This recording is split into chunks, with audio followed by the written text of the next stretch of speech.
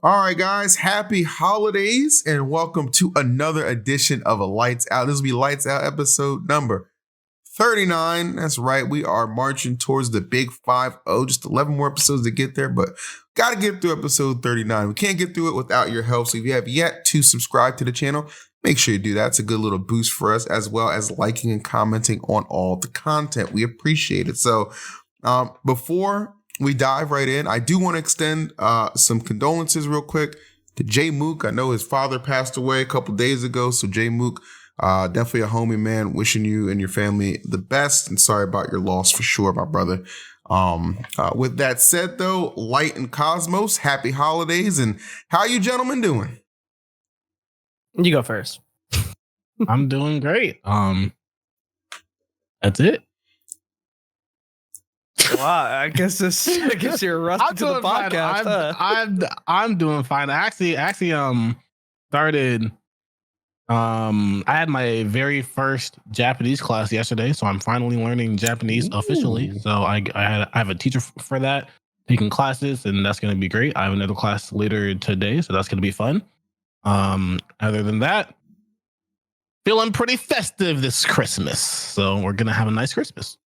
Hair definitely matches, because you're here looking like Santa Claus's wife, saying that you're just okay, and you left it at that. You have a whole beautiful decoration behind you. I'm like, you could talk a little more and say you're okay.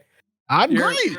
Yeah, man, you look festive as hell. I actually love it. I love getting into the season. I would be doing that, but I am moving in about a week or two, so there's really no point. That's great. Yeah, I'm doing pretty good. You know, just waiting for the day to come for me to get out of here. Other than that, I'm just kind of chilling. You know, doing my thing, playing games. I'm feeling pretty good. Feeling pretty good. I like that. Now, Cosmos, we have Black Santa here. Ho ho, nigga. Yeah, I'm definitely here for sure. I was gonna say, Cosmos, we missed you last week. Glad you are feeling better. But we cannot go in to the Christmas time and the new year without addressing it. Cosmos, the bet is complete. Okay? There's no more events. The bet is complete? What are you talking about? The bet is complete. There's no more events. There's nothing else to top 8. It's over. There's Umebroda. Ever? What do you mean ever? Umebroda's the last tournament. So wait a minute. It's lasted like a year. Wait a minute. So Umebroda, when is Umebroda? Is that in January? It's the same weekend as Let's Make Big Moves. So this needs to die. Wait, so that's the last tournament. Is that officially our last tournament? Yeah, that's officially the last tournament. Because I feel like you need to get your Dabuz on and pick up Steve. Because that was that to me. I didn't forget. Where that Cosmos Steve at? That's the last tournament. That's the last tournament. It's gonna have over 2,000 entrants in Japan. It's gonna have all of the top talent in Japan. The Buzz or not the Buzz. Gluto's going, Zomba's going, so it's gonna be a good top 8 to receive from me. So. Okay. Do you need more time to get top 8, or do you need more time to get the money together, bro? What's going on? Hey, we're your friends. We're your friends. You could tell us. I can spot you. Except I want the money back. You're my friends. You already know. I'm DMing you it right now. All right. I am willing to allow Umibaru or Yakimaru, whatever you said, Nick. I'm willing to allow. Santa's racist. No. No, I'm willing to allow that to be the final bet. Okay. But if you lose, I need Steve into 2024. I need Cosmo Steve in 2024. Gotta do it. Bro. All right. Whole season. Okay, well, there we go. Well, we will look ahead at that in the coming episodes, viewers, and we'll look back a little bit at what went down this past weekend. Let's start with DreamHack Atlanta. A couple things to take away from DreamHack Atlanta. Didi got second place. He lost to Peanut in 2 sets of grand final, so he was unable to defend home turf there, but still a second place showing, very impressive from him. Isn't Peanut also from Georgia? No, Peanut is from the Carolinas, I believe. Yes. Oh, right. You're right. Yeah, still in the South, but a little different there for sure. And then Goblin actually having a good performance. I think Goblin got 4th, so he outplaced KOLA, who got 7th. And KOLA is a little bit of a talking point for me because since he's come back, the consistency has certainly been there as far as like getting those top 8s, even 9th at port, considering how stacked port is very, very good, but not really going too much deeper into the bracket. We're not seeing KOLA in like that top 4 or 3 threatening for a first place. Is this something that you guys think is just still just shaking off the rust, or can Solo Roy not get it done, man? I need to know. I'm not really worried about it too much. I mean, like you said, his results have been fairly consistent since he started coming back. But things are always a little shaky with home events. You never know if like people are actually taking it as seriously as they can or not. You know, just how people are. So I'm not going to take it as a testament to his results, but I mean, it could be. I just don't think so. I mean, I think honestly it's just like not necessarily rust, but having to realize what the current meta is, because he's been gone for a while and he needs to take some time to adapt to the current meta. And on top of that, it's just whenever you're not in bracket for a while, like the fact that he's able to make top 8 as consistently as he is now is already pretty impressive, because he's been gone for a long time. Because whenever you don't compete for a while, you can play the game a lot and you can de-rust from the game, but bracket's always different from just playing friendlies and playing outside of bracket. So yeah, I feel like whenever he just is able to play more bracket matches, he'll just get back to where he was. And that's just how I feel for him. Because I feel like Roy is a very good character. I feel like Roy is really annoying to fight against and can be solo mainable. It'll just take him time to get used to bracket again. Yeah, I think his loss at DreamHack Atlanta was to DJ Don, a Steve player, who I don't even think ended up making top 8, if I'm not mistaken. So I think I think for sure, I'd like to see him secondary Cloud again, like consistently. When are we going to be adults and come to the point to just agree that Steve losses just don't count? Oh, is that where we're at? They're trying to ban Steve. No. You don't ban Steve. We just don't count it if you win. Like, I think that's we a lot ban better. Steve, but it doesn't count. It doesn't count. Yeah, exactly. I think this is a lot healthier for the community. Because after that, if I lose to a Steve and it doesn't count, I'll give you a nice good games and shake your hand. It also doesn't count if you win with Steve. That's what I'm saying, man. I wouldn't feel bad at all. I think that is the way to go for our future. So let's go to stay on DreamHack. So DD, he got second place, but he was using a combination of Pokemon Trainer and Steve. If he won the tournament, and he won a lot of matches with Steve, but if he won the tournament with Steve, do we just invalidate that win, even though we know how good he is? We invalidate the win, but any set that he wins with Pokemon Trainer can count towards his rankings. So if he got up to like 7th place with Pokemon Trainer, yo, that's a hot 7th, man. Yeah. I don't know what happened. I don't know what happened to him after. I think his mom called him. He had to go. It's just, you know, it's unfortunate. Revisionist history. I think he would have won. It's actually crazy though, because Didi has a really good track record in his own state. Like, he did really good at MomoCon. He's doing good at DreamHack. I think he did good at the last MomoCon. When he's home, he's usually pretty comfortable. It's either that or he just probably doesn't have as many opportunities to play as we think he does. I think that is it, because I think like home is usually where you'll find. I know he went to Super Smash Con, which was awesome because he did top 8 that event, which I was very proud of him. He got some big wins out there too. But definitely more of a homebody. But yeah, if he's able to travel more in 2024, I think that kid is definitely going to be a force. Steve or no Steve, he's just talented. So shouts to the top places at DreamHack. Definitely, man. I want to give a shout out to Omega too. Love watching Joker. Joker might be my favorite character to watch in Ultimate. So glad more Jokers are doing it big. And I already shout out. Yeah, he did well at that other tournament too, right? The one that was the same weekend. Santa Paul's, right? Yeah, Santa Paul's. Yeah. You did well too there. Mm-hmm. Yep. So he's making a little bit of a uptick there. So keep that up, kid. We definitely noticed that. Shifting over across the sea, go to Japan, talk a little SumaBato. Hopefully I'm saying that right. You tried so hard not to butcher You never say any of these right. I didn't say that one right? You probably did. I think that was pretty close. We got to give you shit nonetheless. Was it SumaBato? I think it's SumaBato. Bots. Either way, it was crisp. Bots. If you didn't watch it, you missed out. Jogi Boo, the Captain Falcon, took it after 2 grueling sets in grand finals over Yada. Another notable name there was Yoshidora, who finished in 4th place. So that continues my campaign to say Yoshidora is inconsistent, but he's still very talented. When did this he's just campaign reaching start? father time. I don't know. Well, when I didn't have initially when I made my top 10, remember a couple episodes ago, I made like a top mock 10 of ultimate players, and I didn't have Yoshidora, and I had like Yoshidora at 11th. People were like, "Oh, you don't know what you're talking about." Oh, settle down. There's a case to be made.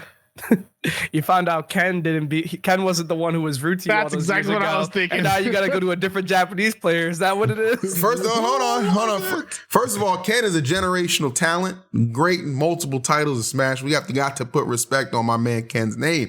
This has had nothing to do with Ken, though. Okay, this is just what I've been saying. Period.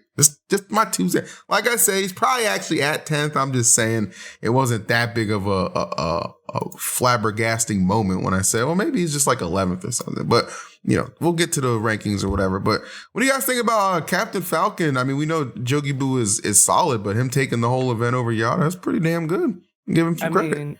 I had the pleasure of playing with Jogibu Takara and Yoshidora at Terra. I played with them a good amount of night. They were all really good, way better than, Yoshidora being top 10 listed, you expect him to be good. But then Jogibu and Takara were both way better than I thought they would be. So I don't expect, I'm not really surprised that he got a result like that in Japan, because he did show like a lot of skill when I played him. Captain Falcon is obviously not that great of a character, but when you're that good with them, the fear factor comes into play, and like Captain Falcon is pretty scary. It feels like they can kill you in a couple of hits if you just respect them too much. And I think Jogibu knows how to make you respect him, so I can see it. Yeah, it's always weird looking at these Japanese results, because that there's so many good players in Japan, and like so a lot of the results that don't have a KOLA or Mia or like Shuton and players like that at those tournaments, like it can be like anybody is going to win this tournament. And it feels like this tournament, it just happened to be Jogibu. That's kind of how I see it at this, because if you look at the bracket, it was a game 15, like between Yaoda and Jogibu. It was game 15. It was game 10 grands. Like it could have gone either way for both of them. Maybe they were just trading games the entire time. So I'm not surprised that Yaoda was there too, because I remember Riddles told me the story about how whenever he went to Kulan, his first Japanese tournament, he was in a rotation with Yaoda and ApolloKage, and both him and ApolloKage, both Riddles and ApolloKage, could not take a single game off of Yaoda's Dark Samus for like 10 to 15 games straight. So he's just that good, and we don't see him winning that many tournaments, because if you're beating players like Riddles and ApolloKage that consistently, you should be considered like a top 10 player. But Japan just has that much talent. And it's like any player can be like that on any given day. That's how it feels. So whenever Jogibu wins this tournament, I'm like, shit, I hope he does it again. And then they usually don't. They disappear. They disappear into the next game until they do really good. And like, haven't you heard? He's been until the next game. And then they see him again. And you're like, haven't you heard? He's been around since Brawl. Yeah. You're like, what the fuck? I've never heard this dude in my life. They are always like that, bro. I hate that shit, bro. I'm like, what do you mean this guy's been around longer than me? I'm like, I just don't believe you. But to what you said, I think that's a really good point that you made, because I actually think Yara is one of those people who I've heard the name of the most out of the Japanese players this year, starting around a little bit before Battle of BC. There was that tournament that he did really good at in Japan. I can't remember which one it was. It was that tournament, yeah. Okay. Yeah. So yeah, Yara, I feel like his name has picked up a lot specifically this year. So it feels good to see him being consistent, even though he got second. That's still very consistent, and I see him like in a lot of like top 8s or 9th at least, So Jogibu beat him. That's really good. I can imagine that matchup is literally dog water. So that takes really a lot for him.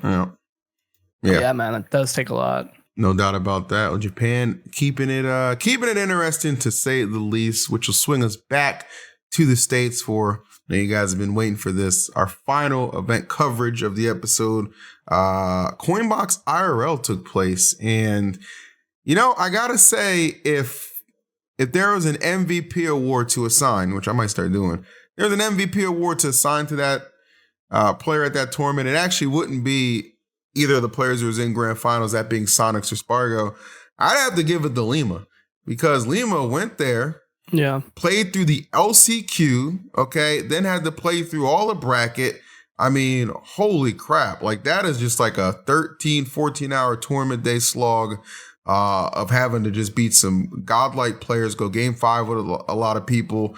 Like I gotta give credit to Lima for that performance, man. That was sensational. It was fun to watch too. I restreamed it and I had a lot of fun. I found myself actually rooting for him at some points, even though I think he's a gym. So Lima, excellent job. I hope I'm glad you kept the real. I keep it real, man. But I hope you're proud of your performance because you absolutely should be. Super solid. He only lost the potential 1-2 in the world, honestly. I mean, I think we can all agree at this point there's like that big point where like the top 4 is Spargo, Sonix, ApolloKage, and Mia. So I mean, he at least lost to the top 2 on our side of the country, which is very impressive. Right. And he almost beat Spargo. So yeah, that was super close. Yeah, that's why I said he went like game 5 and had some really close calls.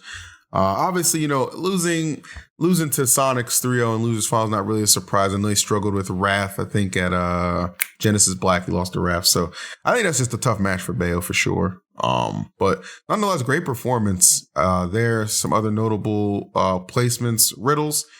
I think Riddles is actually kind of motivated again, which is exciting. You think so? I think so. Just based off his tweet that he made like after the event, like it was kind of like, trying to gas himself up and still be like, Kazuya is still absolutely broken and I'm going to, show that and demonstrate. I mean, he had some good wins. He beat, who did he? He beat Meister 3-0, which was impressive. Had to get past Sen as well. So Riddles had some good wins, even though he fell to losers bracket, which I thought was good. So hope to see Riddles a little bounce back. We know how good he is, but put that Street Fighter 6 down, man. I admittedly, I probably wasn't going to go to this bracket anyways, just because of timing, but I admittedly did not want to go to CoinBox the moment I looked at it, and I was like, this is literally a Wi-Fi bracket. It had all of them. It had all the cheesers. I was like, keep me away. I don't want to do this. This bracket, it definitely was a Wi-Fi bracket. This bracket looks cheesy as hell. And I mean, to be fair, this literally was like, we are going to invite everybody that won coin boxes.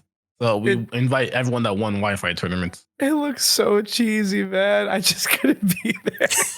Yeah, that's disgusting. Well, it just feels like this would be, if I did bad at this event, it feels like this would have been a very bad way to end my year. Like who'd you lose to? I lost to Bowser Jr. and Lucario. I just couldn't do it, man. Shouts to Zap and Armadillo. Yeah, good on them for even getting there. I mean, online CoinBox, online, obviously, like we meme on it, but CoinBox is not an easy tournament to win. No, not at all. And honestly, people have built a potential financial future just off of that. Sonix being the main one, I'd say. It has more CoinBox, titles than, freaking John Cena has championships in the WWE. Like, is that consistent with his winning? So I feel like him winning the first IRL one, a little bit apropos, kind of appropriate in that response. And he did it over Spargo too, who he had just lost to the previous week at Watch the Throne. So seemed like he really I don't know if you guys watched it, but seemed like he really figured out something in that Cloud matchup, notably just edge guarding. Like, it seemed like he was actually legitimately able to edge guard. Like, Spargo usually makes Cloud look like his recovery is just like among some of the greats. It's just how good he is. But, Sonix being as great as he is too, it seemed like he got a hold on that and he was able to get the job done in 2 sets of grand finals, mind you, because he lost to him in winners finals. The thing that bothers me is, didn't Spargo start off as Corrin? No. He used Corrin for a game. He did use Corrin for a game though. I think he won that game. He used the one game, I think. He started off as Cloud, right? He was down 2-0 as Cloud, went Corrin game 3, won game 3, like almost 2-stocking him, and then went back to Cloud for the rest of the set, for the rest of the grands. I thought it was like, okay, he recognized that he won game 3 with Corrin. He's like, it might be hard to squeeze out 3 games in a row, but I think I can squeeze out 3 out of 5 games. So I thought he was just going to go Cloud for the rest of the set and then start the next set with Corrin, but he just went Cloud for the rest of the set. So I was pretty surprised at that. So he went Corrin, won a game, then never went Corrin again. Yeah. Does that remind you of anybody? Yeah. Proto. Yeah. No, MK and Leo. He did that with. He did that with, I think, Glutiny. Bro, these guys have no faith in Corrin, but Leo's the same guy who went like a whole year being the best player in the world with freaking Byleth, who I think is worse than Corrin, or at least at the same level. And literally, he beat Gluto with Corrin, never went Corrin again because he was like, nah, I think he'll figure it out. He just didn't even try it.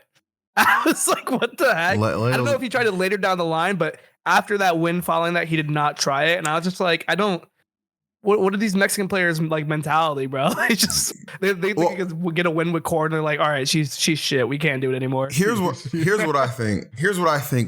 Spargo's mentality was. I think he might have seen the writing on the wall. Like, damn, I think Sonix might have the Cloud figured out right now. You know, maybe I'll have to do a little bit of reinventing here again. But at the very least, I'm gonna stick it out. Thinking in his mind, like, okay, I've had to go through ages, and that got a little shaky. So I went back to Cloud, got the job done where it really, really counted. I watched the throne, get a little shaky.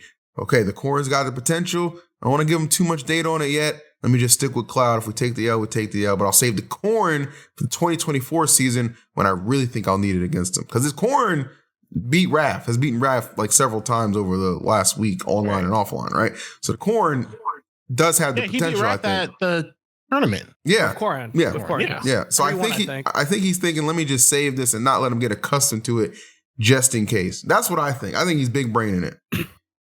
Yeah. Maybe. I mean, I also think that out of all his characters, like I think out of all of his characters, Aegis is clearly the best character, like just on paper, like just in the character roster. But I do personally think that the best character against Sonic out of his character roster is Corrin, because she doesn't really get edgeguarded as hard, and Sonic is one of the best characters to edgeguard both of his characters. And even though Corrin is not like that fast of a character, she has really big hitboxes and really low landing lag on her moves. So she can just throw out moves and cover herself.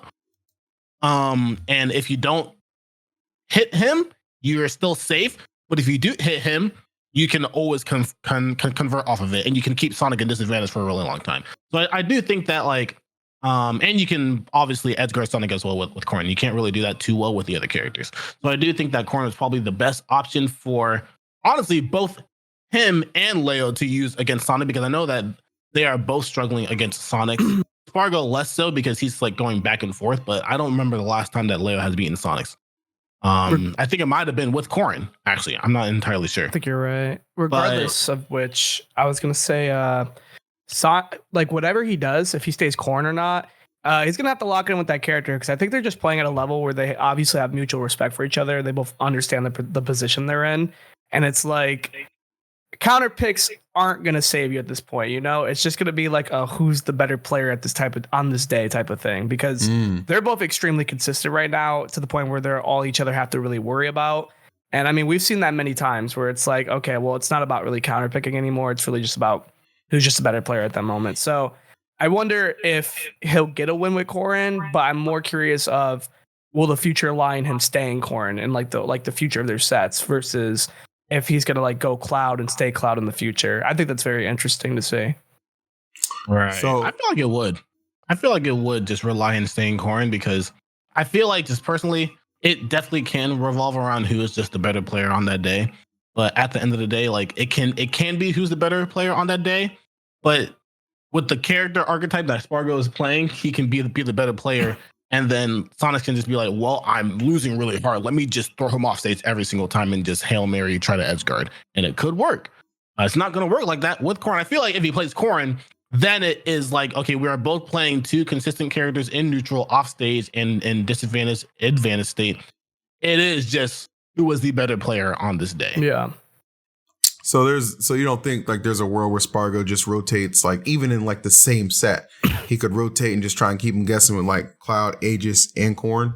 I mean, he could. It just, I feel like he wouldn't really do that just to keep Sonix guessing, because I think Sonix is too studied of a player to like be caught off guard from a tactic like that. Okay, I agree. Think maybe if he's playing Corrin and maybe he just feels like Corrin isn't working that day, maybe another character is working well for him, or like maybe his Aegis wasn't really doing too well at Watch the Throne, and Cloud was doing better, so Cloud is a better pick.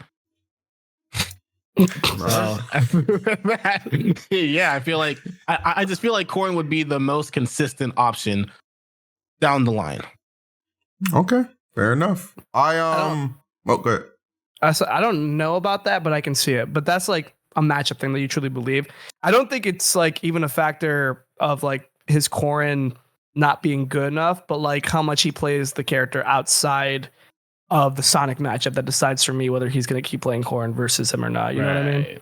Yeah, I do agree with I think that. you're right, though. Like, in terms of, like, matchup to matchup, you're definitely right. I don't see him using Corrin for literally anybody else or any other character. So, like, he might just not play Corrin versus Sonix because he's like, oh, this character takes a lot of effort to keep up. Like, right. Yeah, no, there's definitely that possibility. But I think the point of view is definitely there. Yeah, I think Sonic's is just showing why Sonic is such a powerful solo main character. Like, you got to keep reinventing. His consistency with that character is crazy. Yeah, broken ass character. Speaking of players who want to play broken characters, can we talk about Dabuz for a little bit? That dude has been making my day on Twitter lately. Oh my God. Go off, man. What you got to say about the Dabuz Steve in the making? Let me just find the tweet real quick. It was something along the lines where he's just like, in the past 3 weeks, I have played like Bayo, Steve, Sonic, Steve, Bayo, and I'm just like, I think it's so funny how he fits Bayo in there. Like, Lima, the Lima effect. Because I obviously think Bayo is really good. I think she's a lot more underrated than most characters in this game. But yeah, I don't know. I just think it's so funny how she's in there. He said, "I'm not strong enough anymore. I yearn for the day." Yearn. What beautiful dictionary. How poetic. Yeah, I'm not strong enough anymore. I yearn for the days where Pac-Man hiding behind a hydrant was my paralysis demon. What? I love Dabuz. And then he proceeds to reply to that saying, "Can someone send me the Steve PMLG guide?" Awesome. And then he says a list of stuff he wants to learn for Steve. Bro, Dabuz has freaking had it. And I think that is a good testament that we are reaching the, like, we're not reaching the end of this game, but we are in the end game for the meta. In the end game, yeah. Yeah, where it's like people are going to start doing the scummiest things to win this game. And it's so ugly to see. I think 2023 was a big example of that. You know, I think a lot of people were losing motivation with all the hits that we took from 2022. But, you know, new year, new motivation. It's just that this motivation is a very down low motivation where people are just going to do whatever they can to win. I think it's funny to look at because if you've been around long enough, you've seen it before. You've seen it in Smash 4 where the best players were just like, I can just play Bayo too, you know? Yeah. So I think we might see a bit of that. Given there was something Dabuz said, which is very true. He said, "Thank God that Steve is not fun to play, because if that was the case, everyone would be playing it." And that's a good point, because I think in the other Smash games, the best player in the game was pretty fun to play, or at least the top two was, you know? I know no one's going to complain and say Meta Knight was not fun to play, or Cloud was not fun to play. Godlike characters. So those characters were fun to watch. Yes, or fun to watch. Like, you think I didn't enjoy watching Zero get carried off the top at Zero because he did a stupid monkey flip, like the dumbest generational monkey flip? Like, that was really hilarious. But like, watching Steve is not as fun as it is watching like Bayo, Cloud, or like Meta Knight. I even would rather watch like wobbling.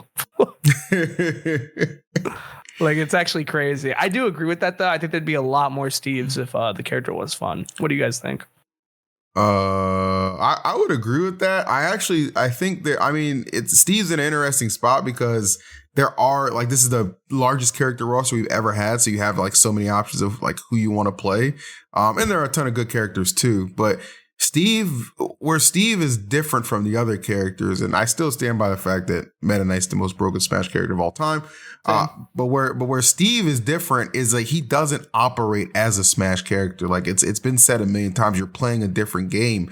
So I think that kind of deters people from picking him up and getting to that level, because you understand like a lot of the shit you're doing, it just feels like you're just playing a straight up different game, but it still is interactive and still works in Smash. So I think the fact that Dabuz is willing to invest the time, I don't have Dabuz becoming like a KOLA or Mia level Steve, at least not like off the rip. Obviously it takes a while, but I mean, shit, if he actually like devotes his time to the character, could I see Dabuz as like the best Steve in NA in like 4 to 6 months? Maybe.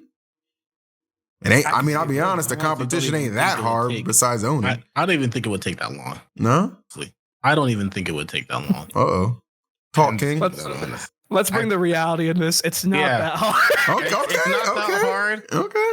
And like Dabuz just has I'll keep it not toxic. Dabuz just has way more Smash experience than all of the other Steve players. So if Dabuz picks up Steve, it's gonna be a really quick trend. Yeah, he might play like a completely different character that we've never seen in Smash before, but he's still in Smash and he still plays with the mechanics of the game. And Dabuz knows how to play Smash with multiple different characters. He's obviously been a seasoned vet. He knows how to play the game. He knows neutral, advantage state, all this stuff. He's gonna pick up on stuff way faster than the other Steve players, and then he's gonna take all his Smash knowledge and add it to Steve, and it's gonna be kind of fucked up in a different way. You're wrong. See, that's where you're thinking too much. He needs to throw all that away, and then he will be the best Steve made. All those things that you just said are things that are going to hold him back. He's thinking too much. I saw him lead strapping with Steve, and he lined up a backer by running back and waiting for the jump get up and catching it. And I was like, that was terrible. You did hit it, but that was players thinking. What he should have done was place 3 blocks at the ledge so they couldn't get up at all. You know, like he's thinking too much with this character. I don't see him becoming the best player in the world unless he throws away that college degree he's been working on for the past 4 years. Oh my goodness! He throws away all his stocks. He throws away all his money. He needs to be at rock bottom. Maybe get hit in the head, and I think he will be the best player in the world. That's cold. All right, you know what?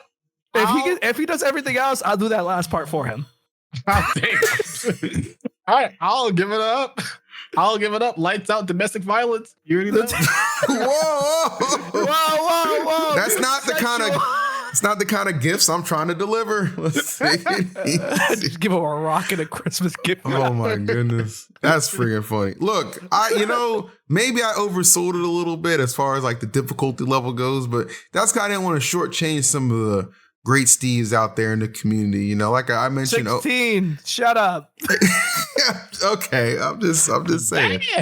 I'm trying to be nice there. But I don't know. I mean, we'll see.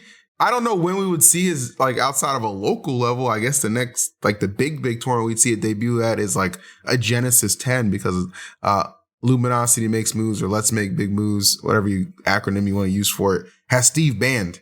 So it wouldn't be there. So he's got some time to work on this. He's got some time to make it really scary. You know. Speaking of Luminosity. Mm-hmm. What do you say? I said go first. Oh yeah. Well, I was gonna say, speaking of Luminosity, since that's the first tournament of the next season, I really do hope that, I don't know if it's been talked about yet or they've mentioned anything, but I really do hope that they end up changing the way that the rankings are done, because full year rankings are pretty it's pretty hard to keep up with, in the sense of like, it's not hard to keep up with, but it's hard for players to want to keep up with, because after like 8 months and you've been at so many tournaments, you want to already have a fresh start, or after 6 months.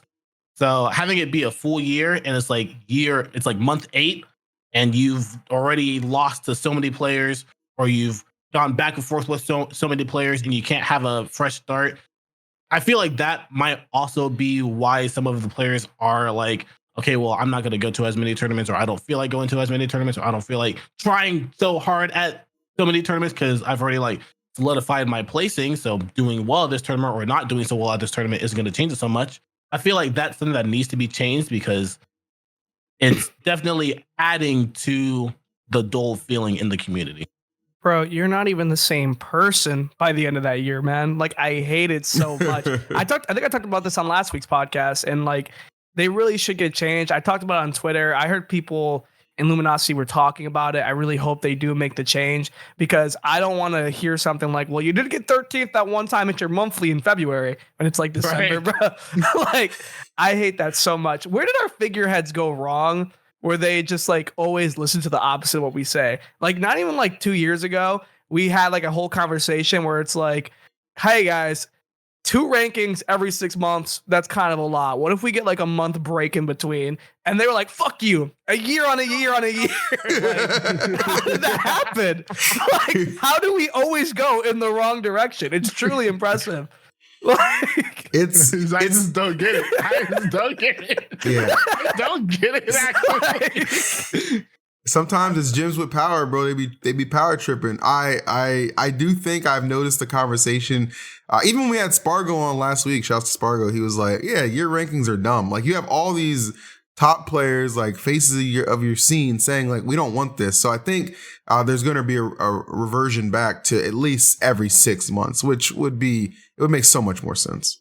I mean, we didn't talk about it a lot last week, but when you really think about it, Spargo is like one of the biggest victims of that year ranking because, of course, his results fell off compared to first and second every tournament at one point. But I'd be willing to say that part of it was because of the year ranking, because he was doing really good and he realized and he tweeted about it. He's like, it really doesn't even matter that I'm doing this amazing because at the beginning of the year, like KOLA was just winning everything and like it doesn't matter what I do right now. And he got physically demoralized and he was like not really about it. And then he started doing a bit worse. And it wasn't until he was like, you know what, like I just got to believe that I'm the best in my heart and then like do better for get ready for the next year. It wasn't until he put himself in that mentality where he started to do like a lot better again, but I'd be willing to say that the year ranking took like a penalty, like it hit him really hard. And I think it hit like a bunch of us hard too, but I think it hit him the hardest, you know? Because like it's just like fleeting, like your chances to get number one are just not possible. That's why, again, like the 6 months, it just gives you a bit of a reset, and I think that's important. I mean, we got to keep in mind, like, obviously a lot of us are hoping and anticipating an announcement for a new Smash title at some point next year, but it's next year. I guarantee it. It has to be at this point with the way everything's going. I guarantee it, unless I'm throwing away my morals. Damn, son. I also read something that like apparently I think it's next year, but apparently like next year is like supposed to be the 25th anniversary of Smash being out. So like there would be like an announcement for the new game on that. I don't know if that's true or not. I don't know if that's true or not. I don't know if it's even the 25th anniversary. I just read that somewhere. Bro, it doesn't matter, bro. It was the 5th year anniversary this year, and my boy Sakurai was like, "Hey, happy 5th year anniversary, everyone. Here's some amiibos that will be coming out. Give me more money, dicks." Yes, sir. You got happy 25th anniversary. Here's some spirits. Is it actually the 25th? Yeah, I don't know. I just read that somewhere. Yeah, 25th anniversary. That's gonna be pretty. Guys, we got to get over this game. Man, we'll have to figure something out because I think it'll definitely be a good way to put a bow on everything, especially for ranking conversations. So yeah, it is. It came out in 1999. We'll see how that will go. That's when I came out. But what? What? Damn. Huh? So segueing right along from that is what a great year. Obviously, a new game, not just to infuse some new life in the game, maybe to save some careers, guys, because I don't know if you've been paying attention. There have been a lot of players recently who have been getting dropped from their orgs. I recently saw that ApolloKage and MuteAce got let go from 26 Rising, which 26 Rising said they're not like leaving Smash officially, but they're going to focus more on the Michigan Smash scene, which I think is still kind of why Onin is still on the team, like, Midwest or whatever. And then KC just dropped Kurama. And I didn't know about that. Yeah, KC dropped Kurama. Oh, no way. And they're just taking an exit from Smash completely. So those are, I'd say those are 3 very talented players who don't have homes right now. I think that's crazy. Thoughts on that? I feel like hopefully it's not becoming a trend, but those are some big drops. Those are notable names. That is something, tragic. Honestly. Yeah. And thank you, Moist, for loving me. Yeah, it's also not surprising because it's always been known that we're in Smash, that game. Well, that too. Smash as a game, like, it's not sustainable as only a competitor. And those 3 players are mainly competitors that don't focus on content and are not consistent in content. So the fact that they got dropped, I don't think Kurama did YouTube content or streamed at all. He might have streamed a little bit every now and then, but he was not consistent enough for me to see him pop up with clips on Twitter or anything, or see his streams pop up. I know MuteAce was trying to do YouTube content. He was not consistent with it, and he was not consistent on streaming. And ApolloKage was always talking about how he wanted to start streaming, but he never did. So it's like you cannot get anything back from those players from just them being players. You have to have some kind of numbers that they can bring so that you can advertise to people to get deals, and they didn't have any numbers. So it's not surprising that happened. It sucks that it happened, and I know that it may seem bad to the community because it seems players just got dropped, Smash is dying, but they weren't really offering too much to the organization, because how it usually works is your placements usually translate to make you get bigger numbers on your content, and that's what the team is supposed to want. But they weren't making any content, so their placements weren't helping them do anything. That could be it just is what it is. That could be a good point. I mean, on the flip side of things, somebody like Fatality last week, he also got let go by Furia, and he'd been with them for a couple of years, and he makes a lot of content. And I think he shifted into other games as well. Like somebody said, he got 33rd at DreamHack for Street Fighter. So he did make a lot of content, but he did also say that he's done competing in Ultimate, and he was signed as an Ultimate player and content creator. Yeah, I do see your point really well. I mean, it's true. You need a combination of both, and a combination of being good at both, And I mean, that's hard. That's really the hardest part about being a Smash player. It's if you want to make this a job, you need to be a professional at two things that are not easy, separately. Yeah. So, right. I mean, yeah, that's really the hardest part about being a Smash player. But so if you're not, sorry, I'm dying. If you're not a top Smash player and you're not a really good content creator or a consistent one, it's really hard to see the value in you. And that's kind of the hard part. Yeah. I do genuinely believe that. I don't think he ever would, but if Mars were to come back to competing consistently, he would be picked up pretty quickly. But I feel like one of the reasons why he's not picked up by a team is just because he's solely a content creator now. He's doing one and not the other. Yeah. Yeah. All right. I mean, there could very well be some validity. I mean, I will just speak from the luminosity side. I think they definitely value both. I will say that, you know what I mean? And I think there's some factors that go into deciding how that goes. Obviously, Luminosity has a lot of Smash players right now, just a lot of people in general.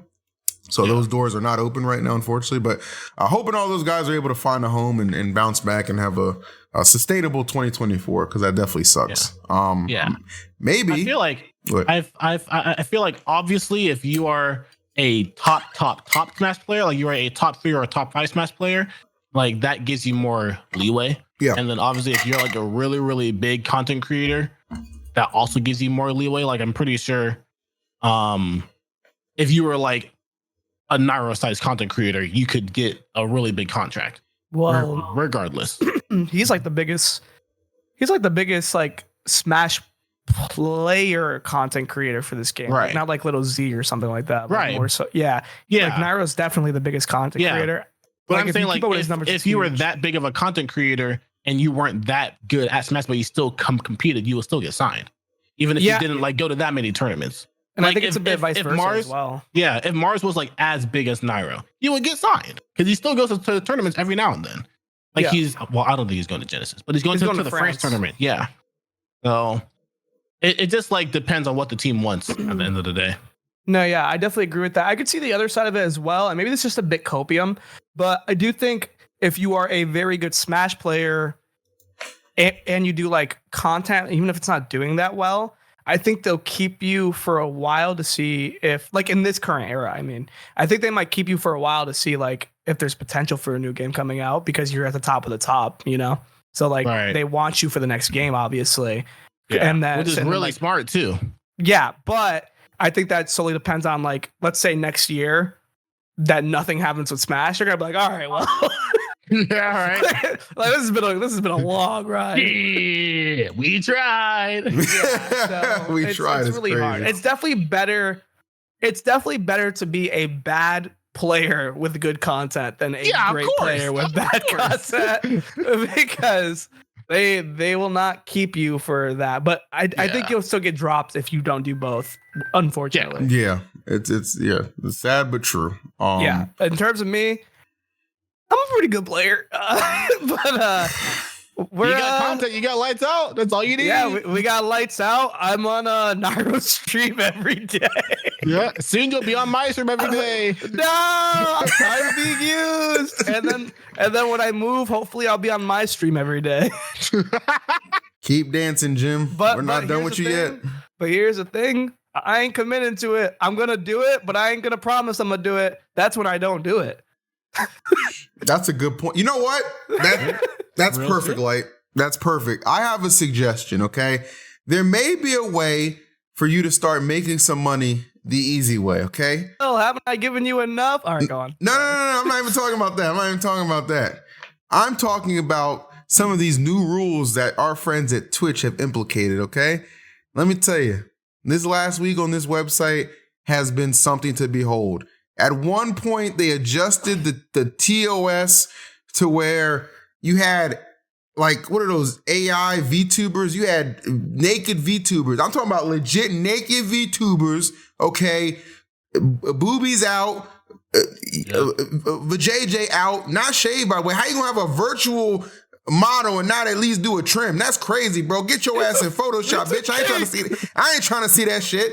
It's just terrible, okay? So that lasted for like one day. It was horrible.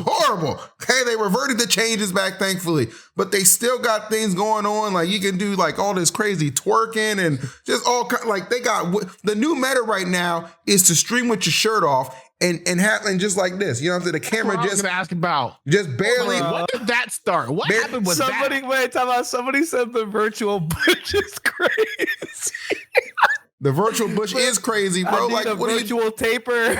I'm saying you got the nerve to be promoting spicy links. What the hell? Get out of here. That's ridiculous. Okay, so that's the new meta, right? I think that Morgue Pie chick like did it first, and then like she got banned, and then with like people complaining, and they're like, okay, well, let's make it so it's more feasible. So now you can like twerk on the website. You can do streams like that. I saw some girl streaming with just black bars over her vajayjay and her chest. I was like, what happened to like? Listen, I'm not gonna pretend like I don't watch hot tub streams every now and then. If Alinity shows up in a hot tub, I'm there. Okay, yeah, we need an intervention for you, by the way, because there are so many better routes than the ones you were taking. Shut up, Jim.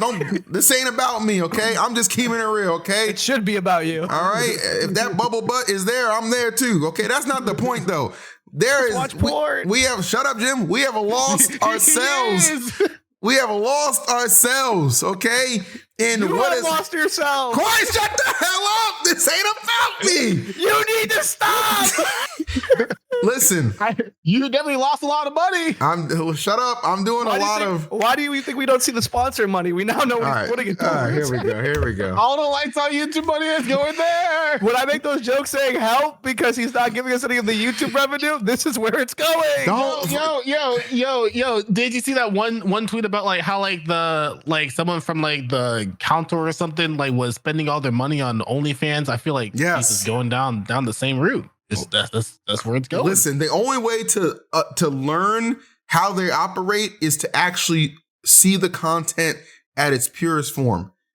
Okay, Phil, I already know. Like a year from now, we're just gonna see him like on YouTube. He's like, "Well, you guys just don't understand the effort that they put into it, you know." Like, how did this turn around against me? How did we get here? Because you are the only one here who watches this shit. No, I don't watch it. Well, first of all, yes, I do watch it. I watch sometimes because I support women. So that's okay. That's okay. I support women. So do you not? I think it's time for you to support women from afar. I'm supporting right now. I could see it in his glass. Yo! Get out of here! Listen, you need to understand you need to understand the only way. I'm blocking out the video. Why can you find that at any time of the day? Exactly, and that's my point. That's my point. That's your point? Yes, that's the point I've been trying to make. Close the tab. Shut the hell up! He's not stream's manager. Listen, that's the point I was trying to make, is that I feel like we've gone completely off the rails with some of the or they have gone completely, because Twitch, listen, I'll let you know a little secret, viewers. Twitch operates at a loss, okay? They operate at a loss every year. So they must be thinking, okay, what can we do to incentivize? No fucking way. What can we do to hold on a second, let me close something. Right. What can we do to incentivize more people to look? All I'm saying is, like, we need some more. Twitch needs some more. They need to reconsider some policies. I support these ladies getting the bag by any means, but some of this is very naughty. And it's the holiday season. I hate that concept. The concept of, oh, if these ladies are gonna do this, I support it. But the consumers, you're nasty. Does anyone see what's fucking wrong with that mentality? Preach. It's like it's okay to make it, but it's not okay to consume it. But when they're rich, you're like, good for them. And then when the people are watching it, like, you're a piece of shit. It has to be the same it has to be consensus, bro. It's all wrong. It's all wrong, bro. Keep it off Twitch, man. See, this is why you don't see many people who are famous for actually just being good at games anymore. That is not what Twitch is about. It is just literally a streaming site, and it's really not going to be different from OnlyFans anytime soon. And if it is going to be different from OnlyFans, it's just going to be a link to get you on OnlyFans or somewhere else where you can consume this type of content. And it's not okay, but we have a bunch of people, even gamers, even content creators that we watch, who support this shit because they're too pussy to talk about how what women are doing are wrong, but because they know if you go at a woman that they get canceled, but they're too pussy for that. So they're like, they're doing a great job, but I'm gonna laugh at the people who watch it. That's a fucked up concept. You're the simp. You're the pussy for doing that. You don't speak up because you don't want to lose your money, and you're too scared. I get being scared because the communities, all the communities fucking, they just want to butcher people. But the reality of it is, you're being pussy for saying that you support this, but you don't support the consumer. You have to support everything or not support any of it. I don't support any of that shit. That shit is weird. Catch me on Pornhub. That's it. It's free. I gotta do what I gotta do. It's free, man. You know, at the end of the day, I am a man, but I will not be paid. I ain't paying for that shit, bro. I'm not doing it. And if I am paying for it, which I won't be, it won't be because I saw it on Twitch, the same platform that the game I play professionally is being featured on. Because you're on Pornhub Premium. Yeah, but if you just wait for like 1 day a year, it's like free. So like, you just Light, but you get my point. All jokes. Light with the good strats here. Free agents, take notes. I know you weirdos be seeing those videos where it's like, Brazzers is now free. All right, I'm done with my rant, but you see my point. I see your point. I appreciate your point, and I fully agree with you. Look, at the end of the day, I think, Twitch started out as a website to just game. I think it's cool that they branched out to do IRL content. I think Hot Tubs was walking the line, but, I think this new meta, like, all jokes aside, I think it just seems like so on the nose, and to the point where it's just like, you're not an incel for thinking there should be maybe some other considerations, but at the very least, I mean, I feel like they're going down a route where they're going to have to institute an 18+ section, like dedicated 18+ section. But everybody lies about their age anyway, so it ain't really going to matter. Yeah, just get it off the site, man. Everyone on Twitch is like 12 years old. That's the meme. Yeah, that is the meme. But I don't understand. I don't understand how we're from a community that's so gifted at demoralizing content creators, but we just let this one slide. That, my friend, is what we call an enigma. All right. No, we know what it's called. We just can't say it because we're part of it. We can't get canceled, but we know what it is. Yeah. When we get that, all know what it is. When we get that fuck you money, then you're gonna hear some even more real shit. I'll leave it at that. That's why people definitely about to get some fuck you money. They about to get fuck me money. That's what they about to get on Twitch. Hold on. Pause, brother. Hey, yo. That's where Twitch is heading at this point. Cosmos VR on OnlyFans.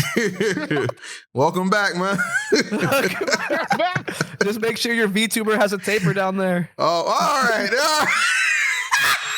Not the taper fade on the. You know what? I'm gonna fade out because this episode is done. We have gone so far off the rails. It's ridiculous, guys.